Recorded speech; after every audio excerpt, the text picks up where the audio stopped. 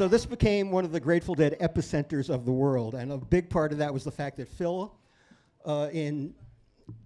he started playing here in 2012, about 2 months after the theater opened. Around 2013, he decided he was going to get largely off the road and devote most of his music making to his home base at Terrapin Crossroads and find a nice place to play on the East Coast a whole lot. And there was no nicer place than the Capitol Theater. Phil wound up playing 106 shows here, post Grateful Dead, right up to these dates 1 year ago. And the birthday celebrations were always especially joyous. So it's an honor to be here for this well-deserved honor to our dear friend Phil.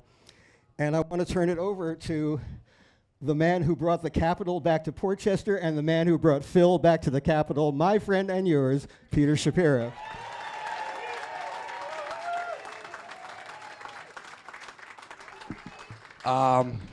First of all, a couple thank yous, because it's hard to do this, and it does take a village.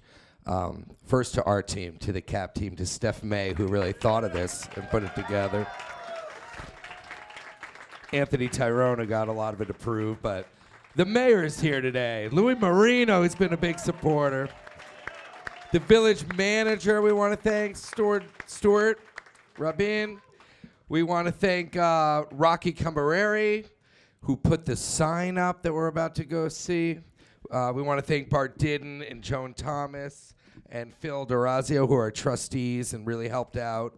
And on behalf of Ken Jenkins, who couldn't be here, as the Westchester County executive, want to thank Sherry Rosen Asher, Blanca Lopez, and Natasha Caputo, who runs Westchester Tourism.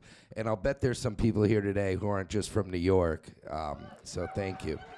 And actually, that was one of the coolest things when we started doing these shows.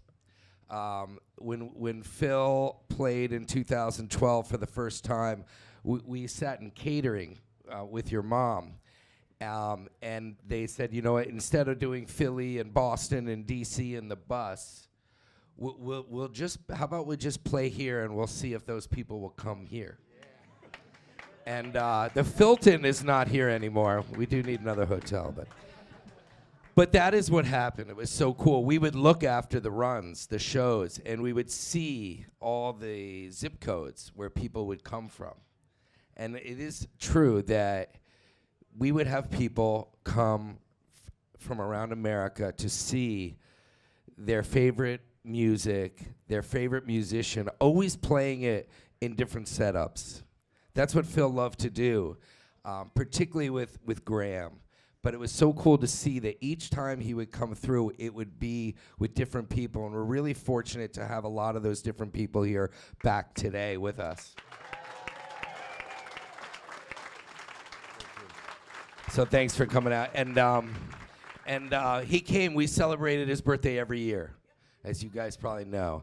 And then when he passed in October, we were like, we still got to celebrate the birthday.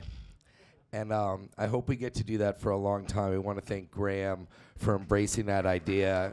2 shows became 3, became 4. And my final thing, I'll just say it's a crazy world out there. And it's cool to see. I think people love this so much because it's nice to have something that doesn't change. And we can rely on. And we try to do it in new ways. But it's still the same, but it's new. And we're going to keep trying to do that. And someone who reflects that, please welcome really, you feel like family to us after my 2 years, or a cousin. My second cousin, Graham Lesh.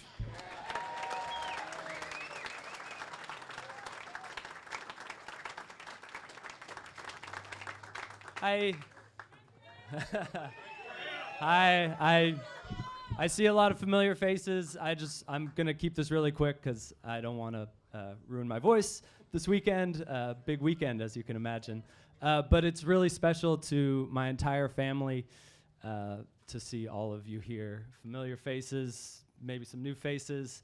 I don't know. This whole weekend is just such an honor for all of us. My dad loved all of you so much, and we do too. So yeah, thank you, Pete. Thank you to all the musicians. Thank you to all of you. Yeah, we love you. Phil Lesh's grandson, Levon, is here today.